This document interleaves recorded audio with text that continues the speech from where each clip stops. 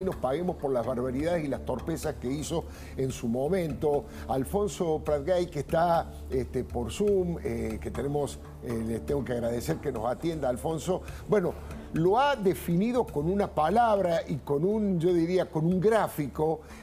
Primero lo saludo, buenas noches, Alfonso.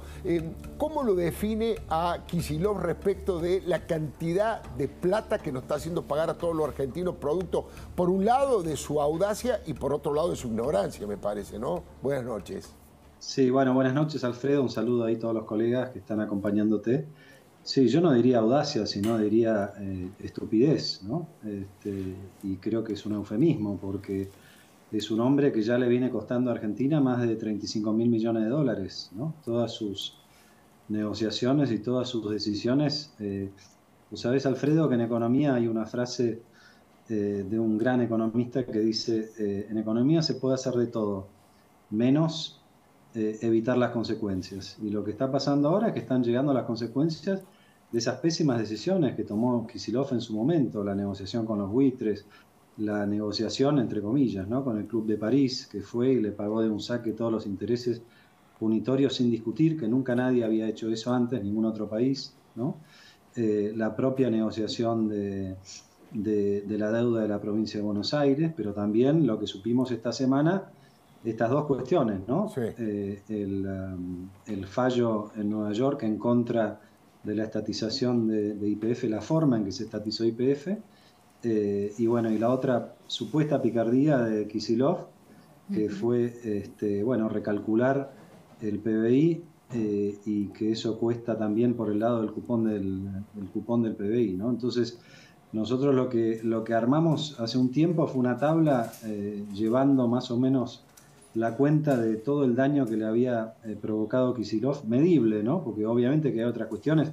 Ustedes hablaban hace un rato de la inseguridad y del desastre que está haciendo en la provincia de Buenos Aires. Bueno, lo que podemos medir en términos financieros, y bueno, hubo que ponerle un nombre a esto, Alfredo, como preguntabas, que es el Kicicostómetro, ¿no? Kicicostómetro, sí. Lo que nos cuesta Kicillof, y lo vamos actualizando todas las semanas, y ahí veo que lo están mostrando, Ahí ¿no? estamos viendo Son la ya más de planilla, 35. sí. Sí, Y, exactamente, son más de 35.000 millones de dólares. Incluso si lo actualizamos por inflación de Estados Unidos, ya está arriba de los 40.000 millones de dólares, ¿no? Es una fortuna, y como decía hace un rato Waldo, ¿no? Esto no es ideología, esto es patología. Es la metodología de la mentira, de pensar que, bueno, me hago el pícaro ahora, total nadie me va a agarrar, pero tarde o temprano estas cosas se pagan, y por supuesto que no la paga Kicillof, como decías vos, Alfredo, la pagan todos los argentinos, con casi 40.000 millones de dólares de compromisos a cambio de nada, a cambio de errores que va a haber que ir pagando a lo largo del tiempo, ¿no? Gracias a las desventuras de Kicillof. Estaba pensando, Alfonso, corregime si me equivoco, que no saben hacer bien ni siquiera el mal, porque me comentaban algunos economistas expertos en este tema que si hubiesen hecho como se les aconsejaba en ese momento, aún estatizando YPF, digamos que es una discusión, si querés, ideológica, pero aún haciéndolo, si hubiese, digamos, llevado el apunte a los especialistas y a los técnicos, no tendríamos que haber pagado nada, pero ni siquiera por bravuconadas, por hacerse el hombre que bajó de la Sierra Maestra, una suerte de Che Guevara de la universidad. Bueno, llevó adelante con prepotencia esto, no cumplió ninguno de los plazos que corresponden y por eso los argentinos tenemos que pagar semejante fortuna. ¿Es así? ¿Podría haber hecho la estatización sin que tengamos que pagar estas multas? Mira, el caso de YPF es muy especial, Alfredo, es un récord en varios sentidos, porque cuando avanzaron tenían muchos cargos contra los accionistas y dijeron, esto no nos va a costar un solo Me peso. acuerdo, sí.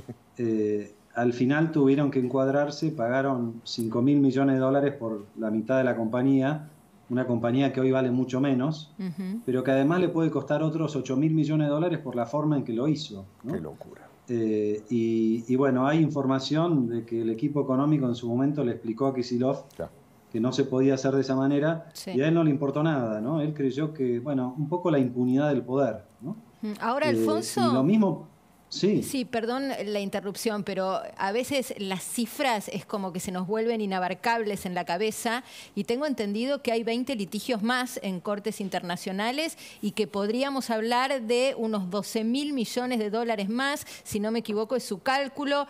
La pregunta es, primero, ¿hasta dónde va a llegar esta bola de juicios perdidos, de litigios? Y por otro lado, ¿cómo los vamos a pagar? Bueno, a ver, cuando nosotros asumimos, Marina, en el 2015, nos encontramos con muchas de estas cosas, no solamente de Kicillof, sino de gestiones anteriores, todas lideradas por Cristina, ¿no? Había juicios por pagar en el CIADI, había cuentas sin pagar. Yo siempre cuento este episodio, cuando me llama el ministro de Defensa y me dice, Alfonso, tenemos que pagar 20 millones de dólares al rompehielos ruso. ¿Se acuerdan cuando Sí, claro. el Irizar estaban arreglando el Irizar? Y había una cuenta pendiente, venían hace más de un año alquilando un rompehielos ruso y no le pagaban la cuenta. Y esto era diciembre, y si no nos poníamos al día con los rusos, entonces no se le podían llevar los víveres a la base Marambio en la Antártida y nos quedábamos sin la base Marambio, ¿no? Y eran 20 millones de dólares. Como ese, hubieron muchísimos ejemplos de una marca de agua del kirchnerismo, que es hacer pito catalán y pasarle la cuenta al otro, ¿no? Por eso cada vez que hay que discutir sobre la deuda y sobre la herencia, el kirchnerismo se sale de los gráficos porque esconden los números y esconden las consecuencias. El caso último del cupón del PBI también es extraordinario porque nosotros en su momento, en 2013, denunciamos a Cristina Kirchner penalmente, a Guillermo Moreno y a toda la cúpula del INDEC, porque con sus mentiras ellos inflaban los números de crecimiento para parecer que crecían más, pero como había un compromiso que asumió Labaña en su momento en la reestructuración de la deuda, de que si Argentina crecía más, había que pagar más, esa mentira nos costaba, y nos costó 2.400 millones de dólares. Argentina pagó entre 2007 y 2011 2.400 millones de dólares que no tendría que haber pagado. Y ahora, a pesar de haberle pagado más a los bonistas, esos mismos bonistas nos hacen un litigio, claro, y por la pésima defensa de Argentina ganan el juicio. Los que cobraron de más ahora encima lo van a compensar porque cobraron de más. Es realmente inaudito, y esto obviamente que es malversación de fondos, es incumplimiento de los deberes del funcionario público. Esto debiera haber ya un juez de oficio tomando cartas en este asunto, porque la verdad que en la tabla parece risueño lo que estamos mostrando, pero en la práctica un país con los problemas que tiene Argentina, con más de 40% de la población debajo de la línea de pobreza, que Kicillof se floree todavía siendo gobernador de la provincia de Buenos Aires, cuando le costó casi 40.000 millones de dólares a Argentina, es un escándalo, y alguien tendría que hacer algo al respecto.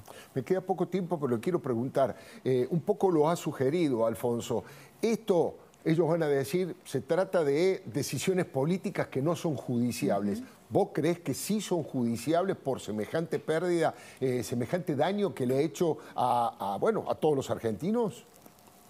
Pero son absolutamente judiciables, Alfredo, por supuesto. Por eso nosotros los denunciamos penalmente en su momento.